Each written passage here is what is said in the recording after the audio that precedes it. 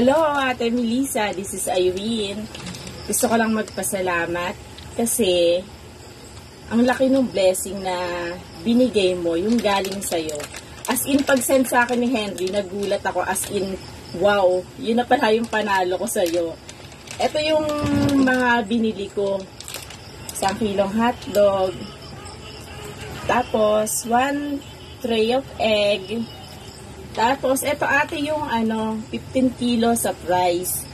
Then, yung iba, dinagdag ko na lang to yung prutas para sa bunso ko. Tapos, sabon.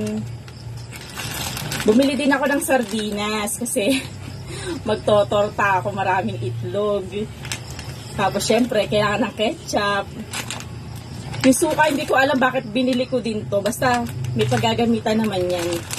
Tapos, gatas. Salamat Ate Isay kasi napakalaking tulong nun sa akin, sa amin, lalo na yung bigas, ang mahal ng bigas ngayon. Sobrang laking tulong sa pang-araw-araw namin.